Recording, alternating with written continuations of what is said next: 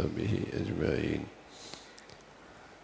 الحمد لله والصلاة والسلام على سيدنا محمد وعلى آله وأصحابه أجمعين. أما بعد،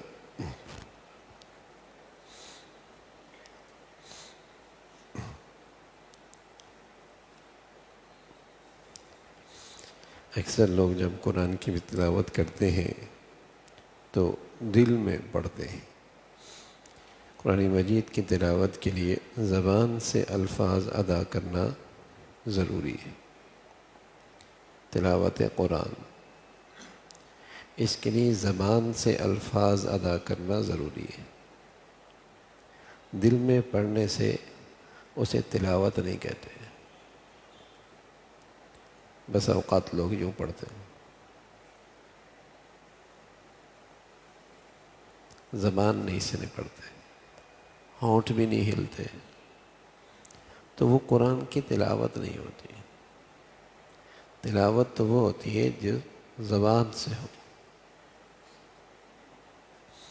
اور جب آدمی نماز سے باہر تلاوت کر رہا ہو تو بہتر صورت یہی ہے کہ زبان اتنی ہلے اور اتنی آواز ہو کہ اس کے کانوں تک بھی جائے،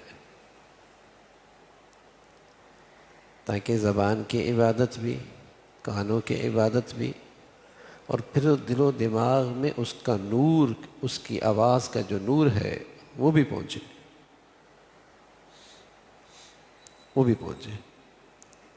ٹھیک ہے، دیکھنا بھی ثواب ہے، لیکن تلاوت قرآن کا جو اجر و ثواب ہے وہ تو زبان کے ساتھ تلاوت کرنے سے۔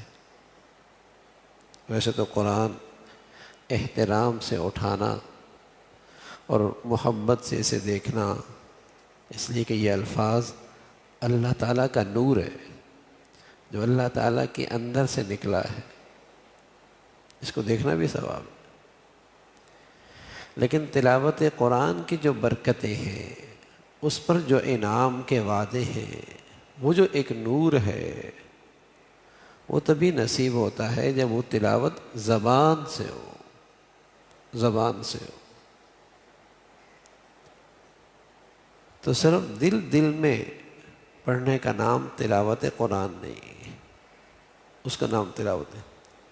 اور افضل و ذکر، سب سے افضل ذکر تلاوت قرآن۔ جیسے اللہ کی ذات کو، جیسے اللہ کی ذات بادشاہوں کا بادشاہ، تو ایسی اس کا کلام بھی کلاموں کا بادشاہ ہے۔ جیسے اللہ کی ذات بادشاہوں سے بادشاہوں کا بادشاہ، تو اس کا جو کلام ہے وہ بھی کلاموں کا بادشاہ ہے، وہ بھی کلاموں کا بادشاہ۔ تو سب سے بڑیا ذکر وہ تلاوت قرآن ہے، تلاوت قرآن۔ اللہ کرے کہ ہمارے گھر کی عورتوں میں اور ہماری زندگیوں میں اس کا معمول اور یہ ہماری زندگی کا وظیفہ بن جائے۔ حضرت اکرمہ فرمایا کرتے تھے رضی اللہ تعالیٰ عنہ،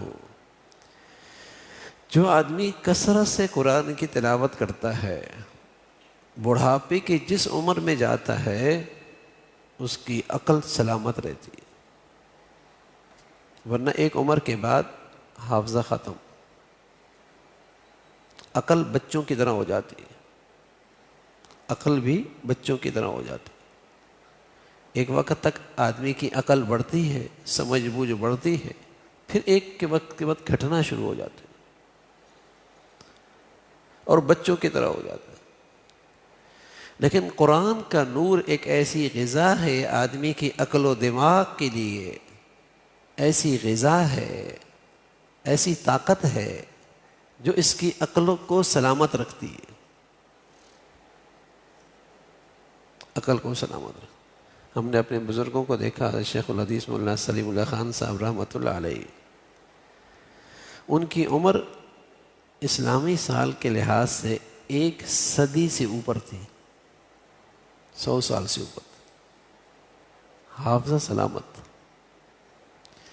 روزانہ سویرے سویرے 5 سپاروں کی تلاوت کا معمول تھا.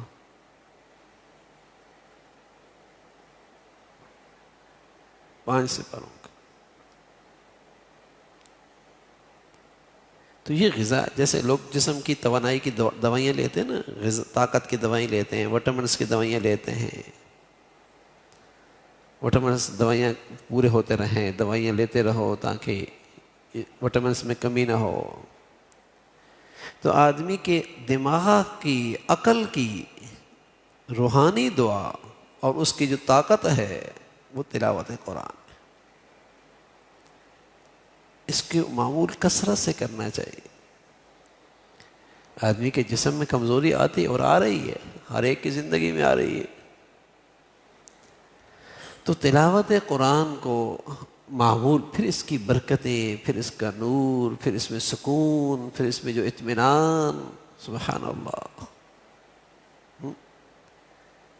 بس اوقات فرصت ہوتی ہے، وقت ہوتا ہے، لیکن لا یعنی میں وقت گزر رہا ہوتا ہے، موبائلوں میں گزر رہا ہوتا ہے، گندگیوں میں گزر رہا ہوتا ہے، لا یعنی قسم کی خبروں میں گزر رہا ہوتا ہے، جو سوائے مجھے پریشان کرنے کے اور کچھ نہیں کرتے، ذہنی انتشار کے اور کچھ نہیں، ذہنی پریشانی کے اور کچھ نہیں، مایوسی کے اور کچھ نہیں، کچھ حاصل نہیں ہے.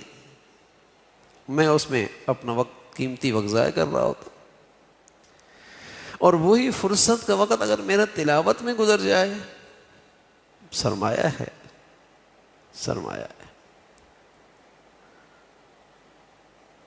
اچھا، یہی موبائل لاجانے میں بھی گزر سکتا ہے اور یہی تلاوت کے لیے بھی استعمال ہو سکتا ہے کہ جہاں وقت ملا قرآن کھولا، تلاوت شروع کر دی، جہاں وقت ملا اسے کھولا، تلاوت شروع کر دی. لیکن چونکہ مزاج نہیں ہے نا، مزاج وہی ہے، مزاج وہی، اور اس کا نقصان ہے، جسمانی نقصان بھی، دماغی نقصان بھی، زندگی کا نقصان بھی، وقت کا نقصان بھی، ہر لحاظ سے اس میں نقصان اور اس میں برکتیں. تو تلاوت قرآن کے لیے زبان کا ہلنا، زبان سے پڑھنا، یہ پھر تلاوت کا اس میں نور ہے اور اس کی برکتیں ہیں. اللہ کرے ہمارے گھروں میں بھی اس کا معمول بنے، ہماری بیٹیاں، ہمارے گھر کی عورتیں، ان کا بھی یہ معمول بنے کہ بھئی دن کا آغاز تلاوت قرآن سے. روزانہ ناشتے سے پہلے روحانی ناشتہ تلاوت قرآن، جسمانی غذا سے پہلے سب سے پہلے روح کی غذا، روح کی طاقت، اندر کی توانائی، پھر برکتیں آئیں گی، پھر برکتیں آئیں گی. اور ذہنوں میں، ذہنی طور پہ آدمی سکون، بڑا ہر آدمی اس وقت ذہنی طور پہ اتنا ڈسٹرب ہے، اتنا پریشان ہے.